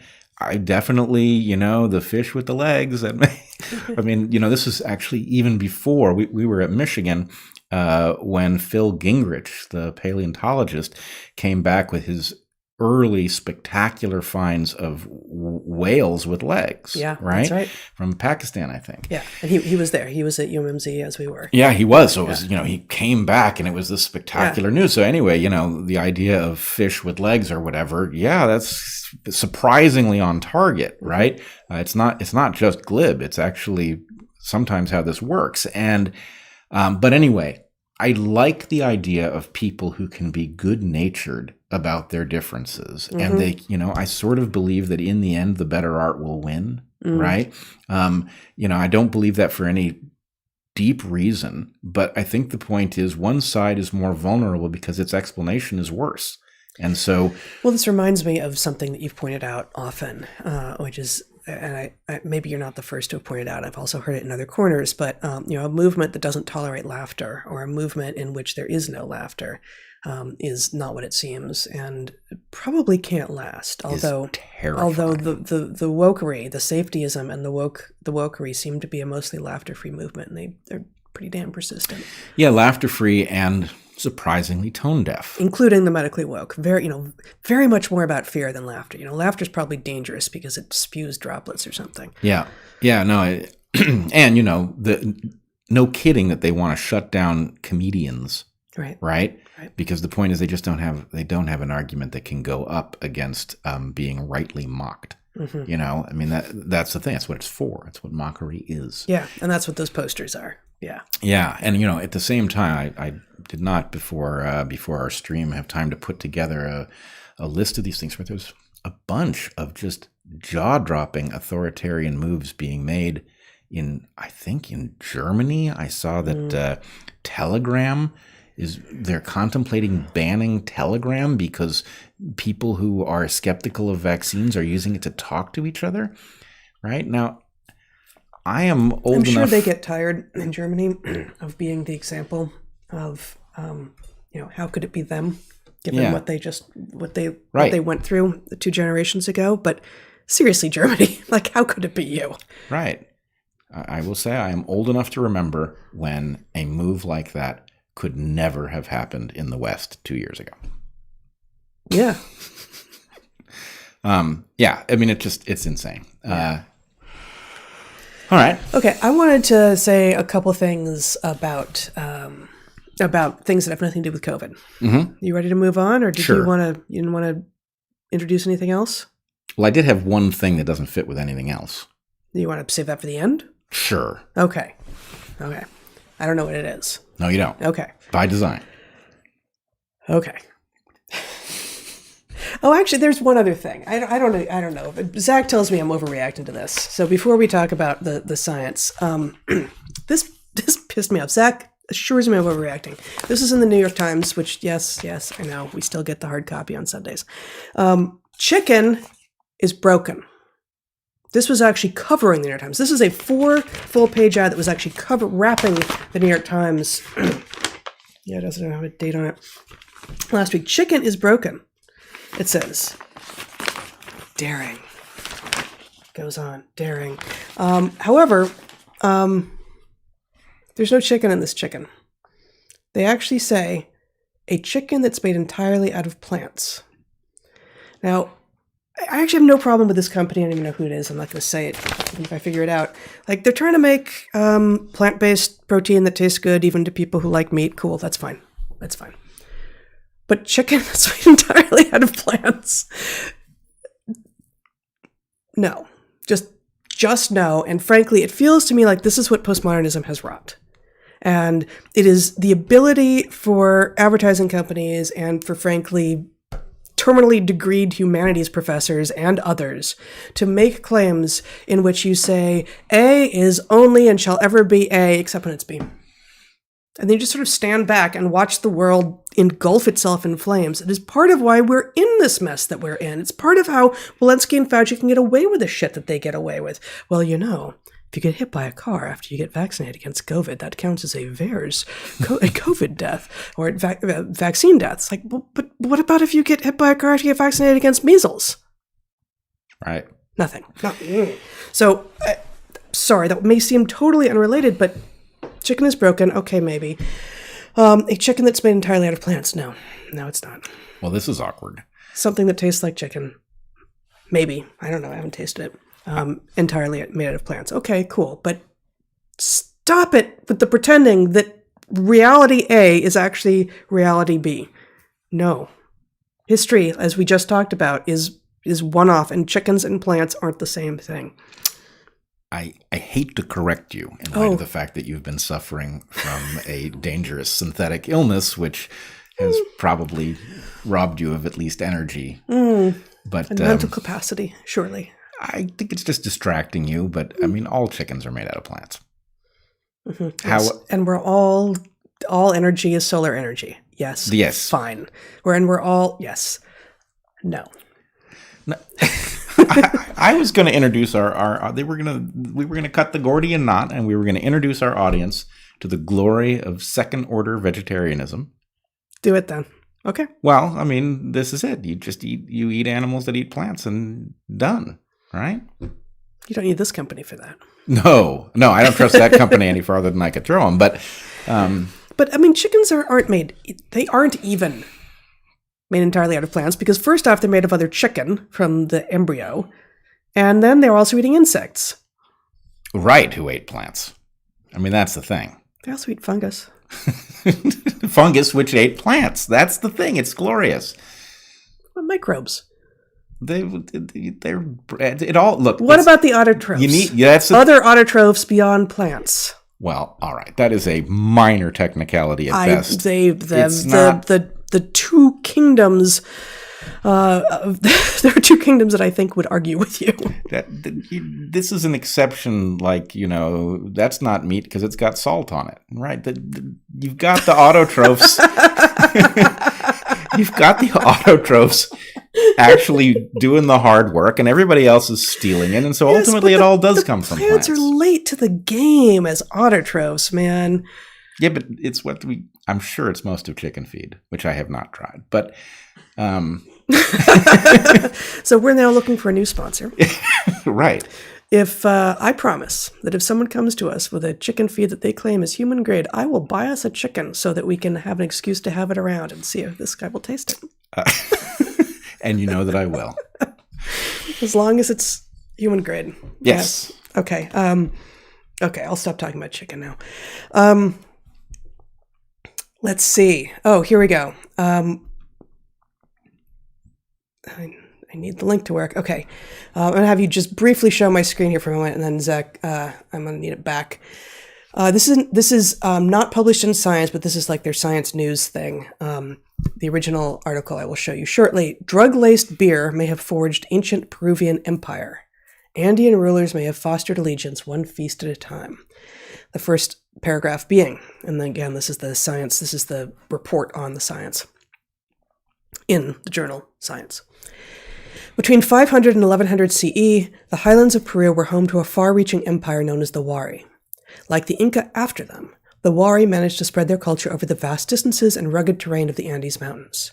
Now, new finds from a small site in Peru suggest that the Wari may have forged political alliances by serving drug-laced beer to local elites at periodic parties, extending their empire one trippy feast at a time.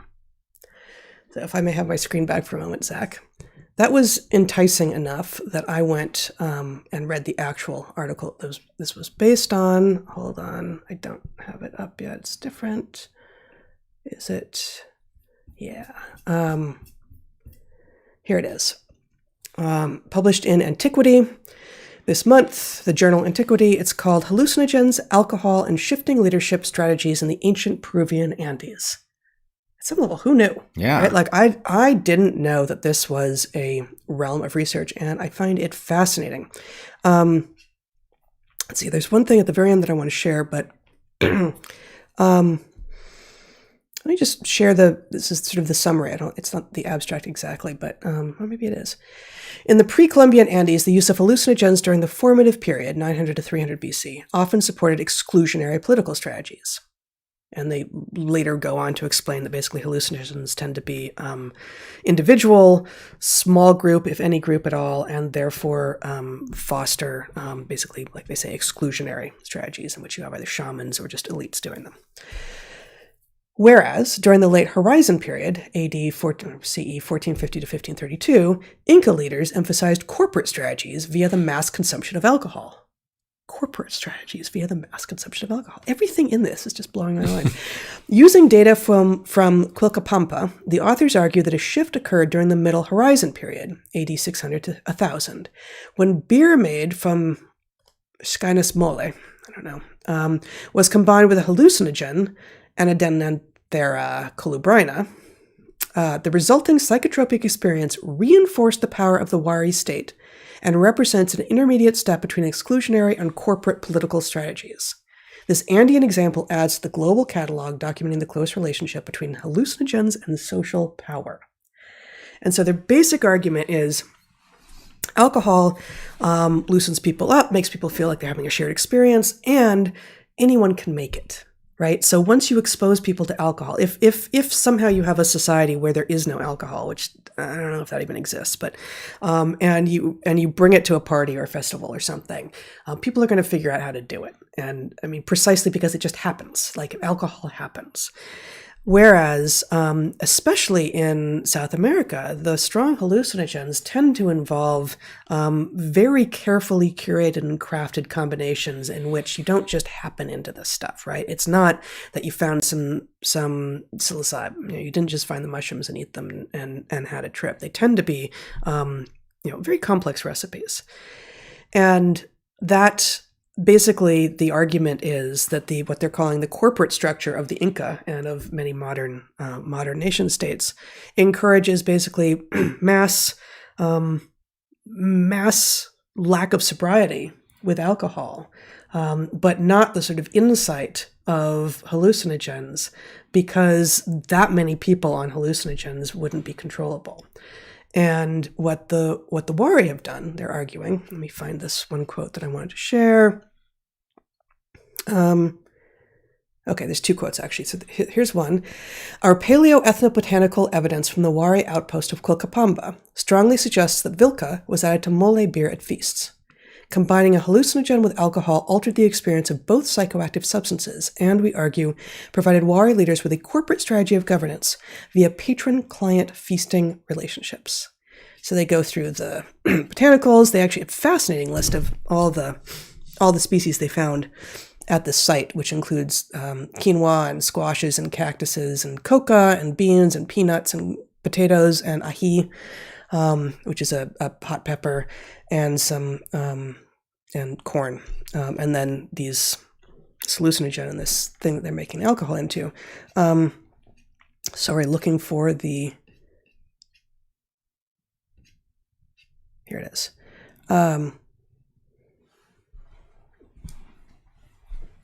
Vilca-infused mole chicha. So chicha is just the broad name for the alcoholic brew that is still eaten, drunk a lot in Quechua territory in South America.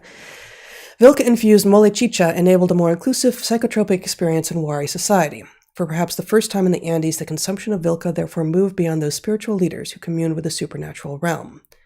The Vilca-infused brew brought people together in a shared psychotropic experience, while ensuring the privileged position of Wari leaders within the social hierarchy as the providers of the hallucinogen. People couldn't go source it for themselves because they didn't know the recipe. Yeah. So you came to the parties and you knew you were going to have some fun at the parties, and you couldn't go try this at home. Actually, just one more.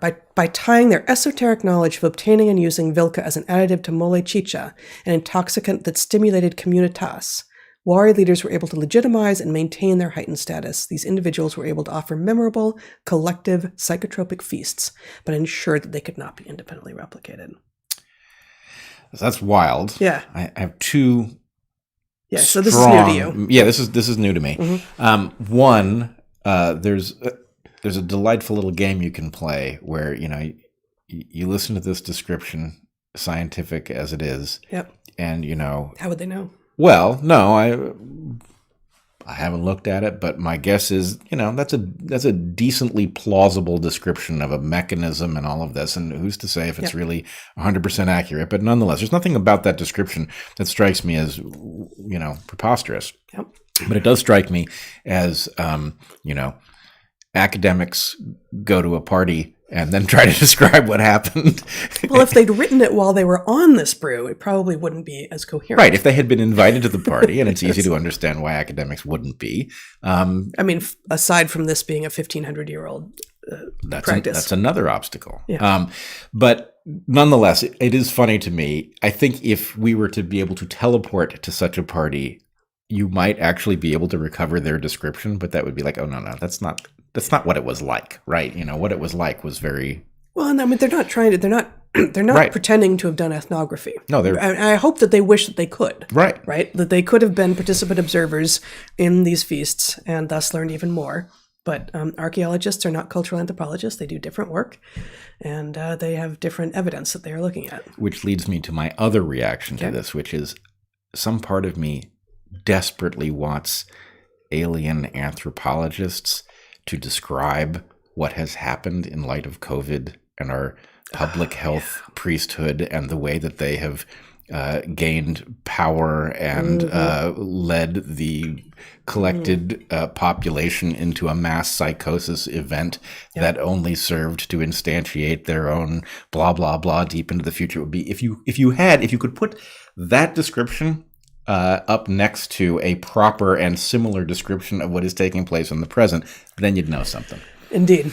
Yeah, no, that's good. That is good. Okay. Here, oh, no, it's not coming up. Hold on. The other thing, and maybe we'll get to icefish as well, but here we have a paper, also just published in Biology Letters. This is actually from the end of looks like it's slightly earlier. Actually, it's not just published. I just ran into it. Adaptation of sperm whales to open boat whalers. Rapid social learning on a large scale, ? Awesome, right? And so, obviously, so they're looking at North Pacific whaling in the 19th century. And so they're looking at logbooks, whalers' logbooks. So it's indirect that way. And then they're modeling. And so and the modeling is kind of a black box. I didn't pursue their all of the data and the models that they have online. I just read through this article where they say we've got all the explanations online, but they seem to be doing a really compelling job here. Let me just share a couple of quotes. Some historians have suggested that the success. I'm going to start over. Some historians have suggested that the success rate of open boat whalers and harpooning sighted whales, the second stage in these whaling operations, dropped substantially during the initial years of industrial exploitation, and that this was due to socially learned changes in whale behavior. The development of pelagic whaling operations in the North Pacific by American whalers during the middle 19th century is well chronicled in digitized whalers' logbooks, so that's the source of their data. We assessed whether this decline was caused, so they do see that there are declines in efficacy, which will reduce the effect of the hunt. So it's confounded by that. It's confounded by that, but they actually have 4 hypotheses. And again, they're using their model to assess, and I don't love the way that they've been forced to assess what they're doing. But the fact that they lay out 4 alternative hypotheses up front is such a refreshing change from how most so-called scientific papers are written. They say, we assessed whether this decline was caused by socially learned changes in the defensive behavior of the whales. That's their primary hypothesis, hypothesis X, they call it. Evaluating support for several alternative hypotheses using causal models. The first whalers on aground were particularly proficient. That's hypothesis 1. The whalers initially captured especially vulnerable whales. Hypothesis 2, or the whales learned to escape whalers from their own individual experience of encountering them, hypothesis 3. So that's different from their main hypothesis, and that's individually learned, like individuals learn to evade as opposed to their social learning. There's transmission of social stuff between groups. And in fact, it's even a higher bar than it seems. Like they're asking, could groups of whales have communicated information to other groups of whales? And they find, and without going into the methods at all, the between-unit social learning model fits the data better than all other causal models, producing a rapid decline in strike rate as units learn defensive models measures from one another. All right, so a number of reactions. 1, super cool. 2, really skeptical. You've got a bunch of mechanisms, and as far as I can tell, none of them are mutually exclusive. So to say one fits the data better. Again, I did not spend enough time, and I just am not a fan of the modeling approach. Right. And it was all they had. So But nonetheless, they could all be true, and in fact, to hear them talk about it, they find it was hardest for them to distinguish between the social learning model and the individual's learning model. That it was easier to get rid of the other two. And I think they may have, it's possible I'm overlooking it, and I apologize to them if I'm about to suggest that they do something that they actually did. But there's actually more range in here, because you could have... You mean in terms of hypotheses? Yeah. Okay. So if you... Fans of our book will be familiar with this style of thought. But there are 2 ways that you could get a change in group behavior or lineage behavior that would result in an improvement in the odds of the whales against the whalers. One is that there's variation between the whales in how they behave, which there will be, and that the ways of being a whale that made them vulnerable to the whalers began to decline because the whalers had success against them, and the ways of being a whale that were incidentally more effective at not being spotted or not being successfully pursued then would propagate just by virtue. So that is selection. That's different from vulnerable. So their use of the term vulnerable is like old, weak, young, whatever. And you're saying basically that there will be a selective spread in a population behaviorally, and some behaviors that weren't putting them at risk before put them at risk of whaling, and that part of that behavioral spread will simply be selected out by whaling, right? So which won't read as vulnerable because they don't have the demographic measures of vulnerability. And this will, I don't mean to diminish it. That really is selection producing adaptation, and the nature of the adaptation is immunity to whaling. But that's not social learning. Right. Yeah. On the other hand, it could be social learning, and there are multiple ways that it could be social learning. There's a question about, again, individuals who succeed, and those individuals who succeed then being, let's say, even mimicked by other whales, right? A successful... Well, mimicry sounds like social learning. Well, I'm not discounting that it's social learning, but I'm arguing if these were humans, right, you would have two things competing. You would have humans succeeding at various things that would propagate, and you would have humans discussing the problem and coming up with possible solutions, right? Now, in whales, we have a highly intelligent, these are sperm whales. Yeah. We have a highly intelligent animal that does not have language. They communicate, but they don't have language, right? So their ability to propose things to each other is, on the one hand, it would seem extremely limited from the human perspective. On the other hand, maybe not, right? Because they can show, right? So whale communication might be a lot more show than tell, but nonetheless... Maybe, although, the long distance vocalizations, right? But very short distance, what you can see in water. And if you're so close that you can see it, you're presumably at risk from the same whalers. Right, exactly. But, we see much smaller toothed whales like dolphins learning special techniques for, corralling fish and hitting them with their tails and things like this. From watching, but there's no risk to them in the watching, whereas there would be risk to whales I'm just arguing, in watching here. You've got a mechanism for the transmission of information that, I don't know if whales can propose things to each other by showing, but that's a possibility. And so you could get... Oh, you mean later? Right. Like that was close, but watch this, right? Watch what I would do, right? Here's what I did. Right, yeah. Exactly. So, that could be fanciful imagining of what whales might be doing. It might be projecting a human style thought process on them. On the other hand, we're talking about a highly intelligent mammal. Yeah, and or I did something that worked. I'm gonna practice that a bunch because that worked, and then others watch it and look what he's doing. I wonder if that's what worked. Right. So, in some sense, the point is we argue that consciousness is about getting ahead of this process. So selection doesn't have to solve the problem because you can actually mentally model a problem, pool your insight with others who are mentally modeling the same problem, and come up with a solution that you didn't have before that actually works. And then you can try it in the real world and see whether you had it. Yeah. Whales have some of our tools, not all of our tools, and they have them in different proportions. But the point is it interfaces very closely here with the question of, well, how did the whales get better at this, right? So anyway, fascinating stuff. Okay. Okay. The only thing about icefish I've got is this. Again, it's in Current Biology. New paper. This one is actually brand new. A vast icefish breeding colony discovered in the Antarctic. Totally surprising. There was, oh boy, that's not working at all. There it is. A breeding colony of notothenioid icefish, Neopagitopsis iona, I'm probably butchering that Latin, of globally unprecedented extent has been discovered in the southern Weddell Sea, Antarctica. The colony was estimated to cover at least 240 square kilometers of the eastern flank of the Filchner Trough, comprised of fish nests at a density of 0.26 nests per square meter, representing an estimated total of 60 million active nests and associated fish biomass of over 60,000 tons.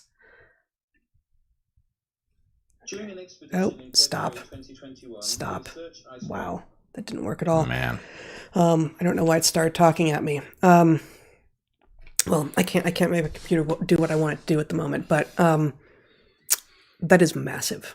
Just that, that's really all I got. But Western science, just discovered an amazing amount of icefish, where apparently we'd only ever seen, one or two nests in a place before. And maybe it's because the entire global population of icefish nest right there, but all in one place. That's cool. And it speaks to one of the great things about being a biologist at this scale is that the world is actually full of things that we've never seen before. And you and I have found stuff that nobody had ever seen before. Yep. There's still a lot of it out there. I just ran across one today where somebody, I think in Thailand, found I found this through Monica Lewinsky, who I saw on Twitter, was she said that the person had lost her at the word tarantula. apparently she's not a fan. But anyway, the point is the report that she was pointing to was of a discovery of a tarantula whose entire ecology is based around bamboo. And apparently it's the only one. What is it doing? Oh, it lives inside the bamboo, and it has a special, it's not unlike your frogs in the sense that it has developed, bamboo's a really weird plant. Okay. But anyway, it's cool. I find that a little disturbing.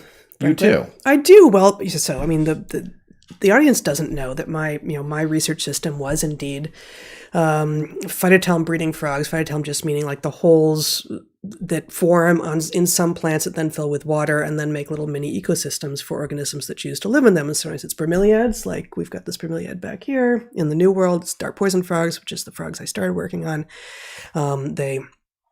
They lay their eggs in the wells and the bromeliads, and then depending on the species, sometimes they leave their tadpoles there, and mom or dad, depending on the species, comes back and feeds them, or sometimes they lay their eggs in the leaf litter, and then someone transports them, usually a parent, on their back to the... Anyway, in Madagascar, the frogs that I worked on, I discovered a number of things about them, including that they had an really, really similar system, largely using introduced bamboo, which is interesting because there are not that many native phytotelmic plants in Madagascar. There are sort of the troughs left in big buttress trees, which occasionally I found mantella eggs and tads in, but very few other things, and occasionally in like what are called the crotches of trees as well. But bamboo is the big one, so I spent just a lot of time. I carved windows into bamboo with hacksaw and made little windows with epoxy and Ziploc bags, and just spent a lot of time around bamboo. And if there had been tarantulas also living in them, I would have been much less pleased with the whole scene. That's all. There's nothing a tarantula could do that would be nearly as terrifying as what Plethodon hyla natastica does if you happen to be peering into bamboo looking for mantella frogs and eggs. Yes, but they only bark. They don't have a bite. Yeah, but it's... So this is a frog. So Heather's system involved frogs that were laying eggs in these basically broken off bamboo where the water collects in the rain. But there are other species that use the same things. I found 3 other species that are using the same thing, and a crane fly also that is parasitizing the frog eggs. At some point, you're going to have to explain this in plain English. But anyway, this one frog. This one species of frog. Plethodonta hyla natastica. Plethodonta hyla. Plethodonta natastica. All right. Yeah. Well, I botched that. No, you just mumbled slightly. It's plausible. This was the one where the fathers were tending all of the babies in the well. Yeah, so the mantella have long-term territories. And in fact, I identified 3 different kinds of territoriality that the males have, but the most successful males, the male that you want to be, defends a territory that has 1 or more of these wells in them. But there are at least 3 other species of frogs that come in and use these wells for their reproductive purposes as well, but they don't defend them at all other moments. They just come in and defend them short-term, including Plethodonta hyla natastica, which is... Boy, I don't have the numbers in front of me, of course, but I don't know, 7 to 10 times the mass of a mantella. Oh yeah, it's a big animal. It's a big honking frog, and they basically the dudes fill up their whole cavity with their bodies, and they come in, they send out messages into the universe looking for sexy female Plethodonta hyla natasticas. After they get one and she lays all of her eggs in the well, he stays there and just guards the eggs as they develop, they hatch out into tads. Oxygenates the water, churns the water, and guards them against would-be predators until they fully metamorphose and leave off and go off as froglets, and then he leaves. But the way that they defend their wells... So, as a hapless photographer looking for interesting Malagasy phenomena peering into the occasional well, which is, of course, very, very dark. I have a great picture actually that I got of Plethodonta hyla natastica, which we will show you at some point. Hop on pop. That's the photo. Mm-hmm. But in order to get that photo, I had to peer into these wells and the bark. So imagine a frog, frog that size with that's his head width. Yeah. Right. And he's got a megaphone right? And he's got 40 babies. Bamboo. And his job is that if anything peers into the thing, he needs to scare the crap out of it so it goes away. And if that something is you looking for a good photo opportunity, wow, will that wake you up? Man. Yeah, no, the Mandela vocalizations are sweet, and they can get loud if there's a lot of them. And the, what is it, Anodontohyla bulengeri, one of the other species, I don't remember him vocalizing at all. Females don't talk. But Plethodontohyla Antarctica, man. Man, that is not a frog you want to tangle with. Yeah, they'll knock you off your socks. Oh, man. Yeah, exactly. If your socks, which, because it's Madagascar, are rotting. Yes. Right. I don't know why we're talking about I this. don't really either. Okay. We were talking about icefish and other cool things. Yeah. Yeah. That's all I got. All right. Well, I'm going to leave the ice fishing gloves discussion for another time. Okay. I did have one thing that I wanted to do. I had a thought. I saw a puzzle I've been thinking about, just a topic that's been on my mind somewhere back burner for a long time. And finally this week, I made a breakthrough and I wanted to drop it on you. You know nothing about this, and I just want to see what you think. Oh, boy. All right. Yeah. Here's the idea. Given another 3,000 or 4,000 years of selection under domestication, cats could make great pets.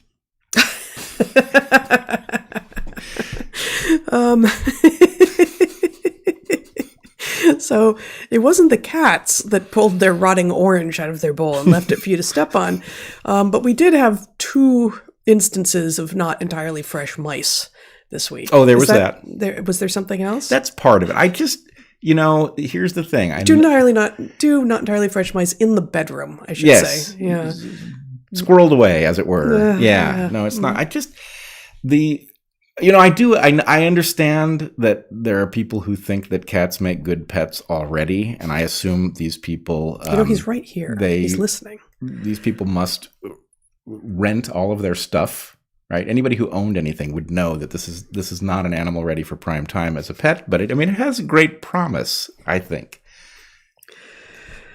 We invite a little bit of the wild in. Yes, a little too much. And it is marvelous. And he is just sleeping through your rant, and he will see to it that you get your comeuppance later. Yeah, he's such an intelligent cat. He's been doing this thing this week.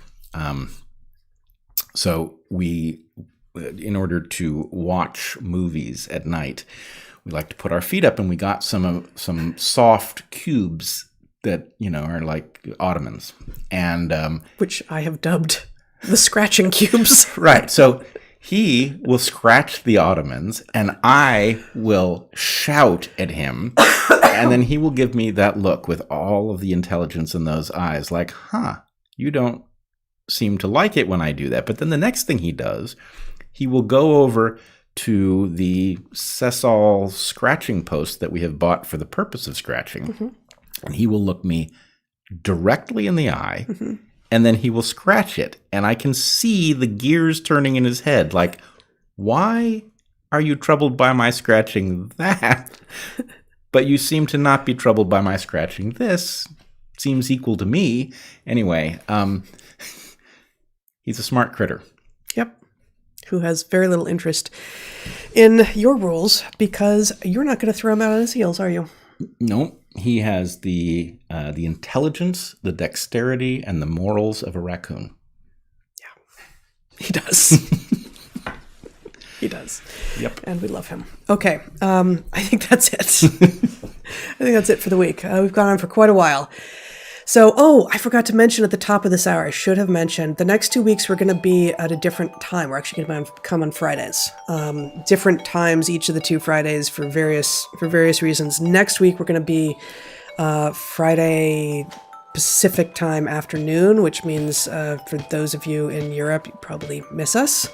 But, stuff stays up, and we put the stuff on Spotify right away as well at this point. You just can't live stream on Spotify. And then the following week, we're going to be coming at you Friday morning.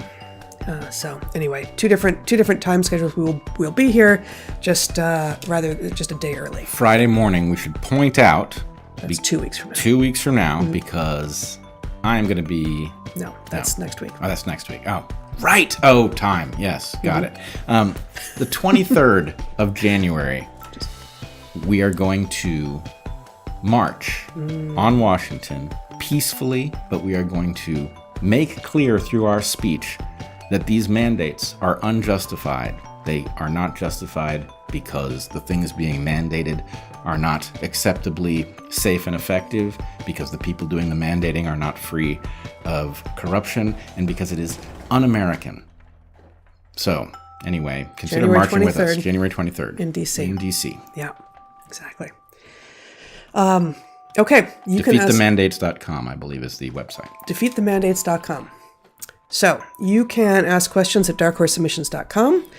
Email any logistical questions you have to darkhorsemoderator@gmail.com. And I mentioned last week that our moderator can give you an address, a P.O. box to send things to. And we have been getting some just delightful things from people, and we appreciate those things.